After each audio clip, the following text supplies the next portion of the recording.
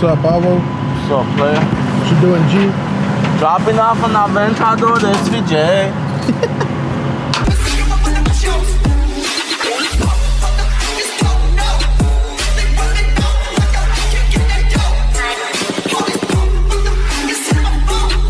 No more playing games. Go back, man.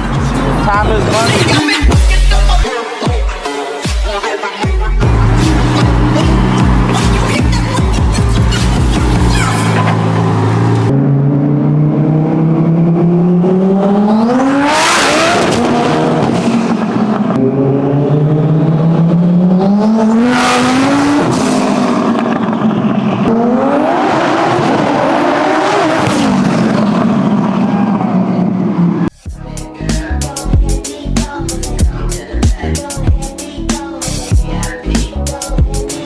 So it's the red GT3 RS that we've been twin turboing, and we got to make some oil feed lines for it because we've changed the location of the turbos. So we have here the kit that we like to use for measuring, because these actually mimic actual AN lines very, very well. So we take these are our fittings. Let's say I'm going to use a 90 here. So it'll push and lock on. You can even thread it on to the fitting that you're using to get like 100% dead on. And then you're just going to put it in, keep assembling it, add links if you need to, take them out if you need to, and they will bend also the exact way that an AN line does, so that you can put it where you need to, and then once you're done putting it where you need to, you pull it all out, put all the links, however many you had, measure it, either build your line yourself or get it made, whatever you do. So what I personally like doing is, even though this is super close to the driver's side turbo, I am still gonna bring it out all the way to the middle of the car before I wire it, just because I prefer to have oil distribution equal, if that makes sense. I know I sound like a crackhead right now, but I don't wanna have one short ass line and one long ass line, because that might cause a difference in pressure. And then when we go to actually control the pressure and regulate the feed and the return, it's going to be slightly different on each side, and then one side might smoke and one side might not. So I would prefer both sides to smoke so I can fix it and fix both sides at once, than to try to figure out why one side is and one side isn't, and try to figure out how to fix just one side. It's easier to do the whole system than it is to do just one. Bring it out to the middle. Obviously we use like 3 different sets of oil feed restrictors, especially on an engine like this. It's producing a lot of oil pressure. So we're gonna need a good return system and a good feed system, a properly restricted feed system, and a non-restricted return system in order to evacuate the oil from these turbos fast enough so that, you know, we don't have any smoking going on startup, or while the car's cooling down, or while we're driving. So keep the feed pressure as low as possible, and then keep the return as unrestricted as possible, so that we can ensure that, you know, no oil is sitting inside the turbos longer than it actually has to. Yeah, we'll have oil fed to our turbos, and we have our oiling system done for the entire turbo kit. Pretty simple. Stuff like this makes it pretty easy. Obviously, everyone has their own preferred way of doing it. This is ours because it's what we find to be the most accurate.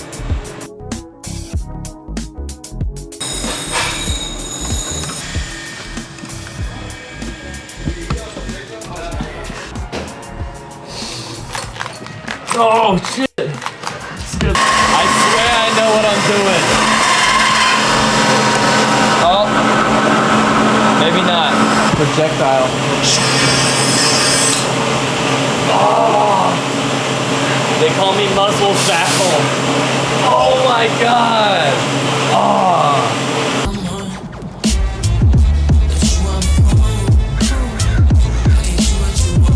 Ahí.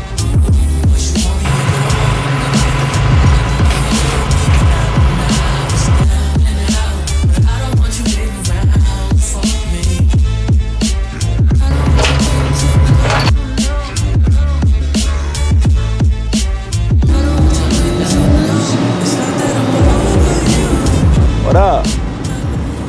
You gotta roll up in the old grandpa to tune the younger buck right there, you know what I'm saying?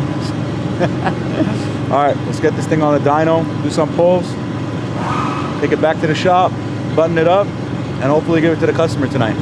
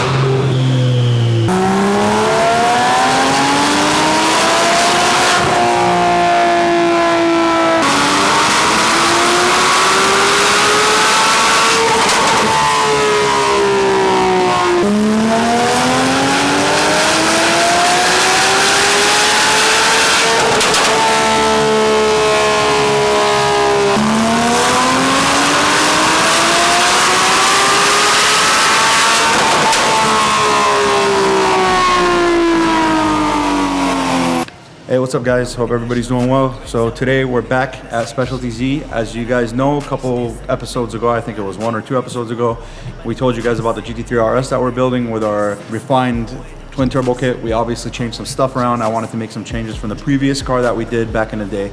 So we did all that. The car's ready. We brought it back to Specialty Z to get it on the dyno jet to get you guys your third-party dyno numbers.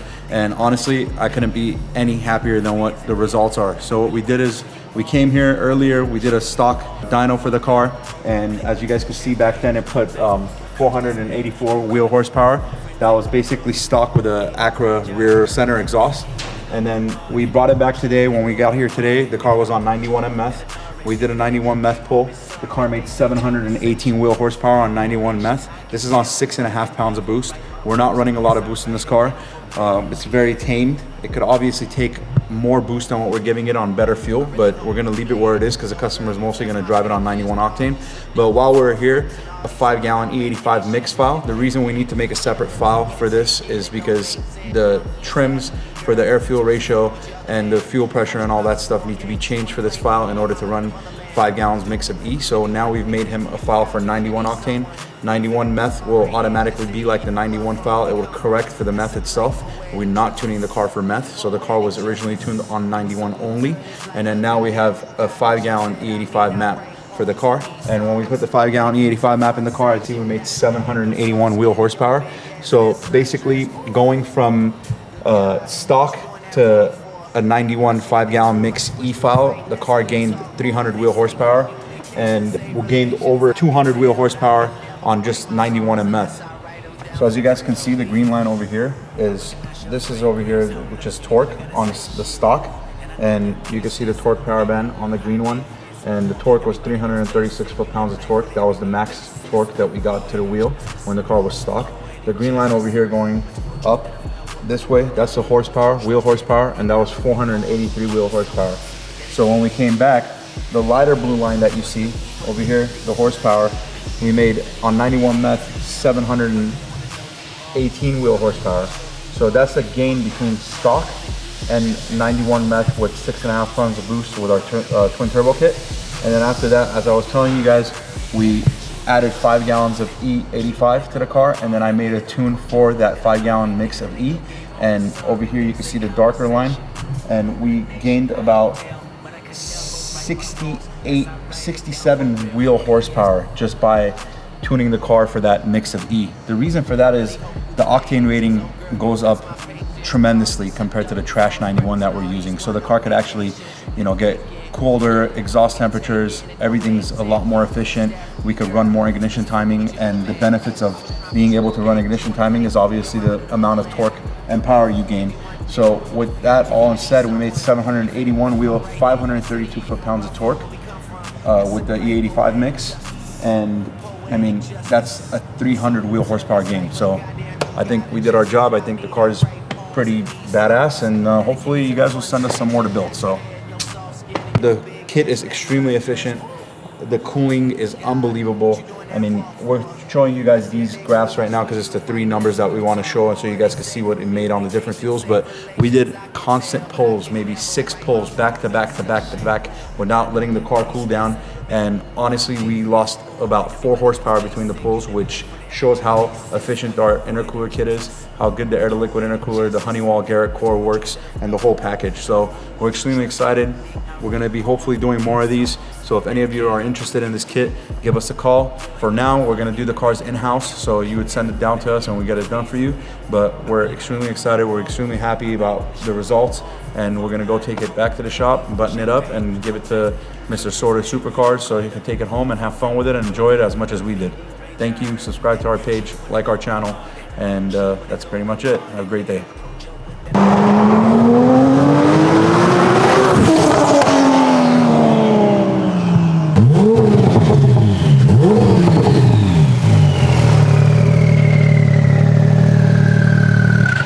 Got the car back up on the tow truck, Mr. Tow Master, and gonna take it back to the shop, put the rear bumper on, clean up a couple things, and get it back to the customer. We gotta check out something though. Oh, dang, you got the OG flippies on today. It's all started. Dust them flippies off, boy. Dust them flippies. I'm here since 9 o'clock. Abi, is this leather?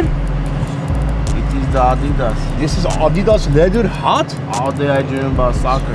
Very nice, man.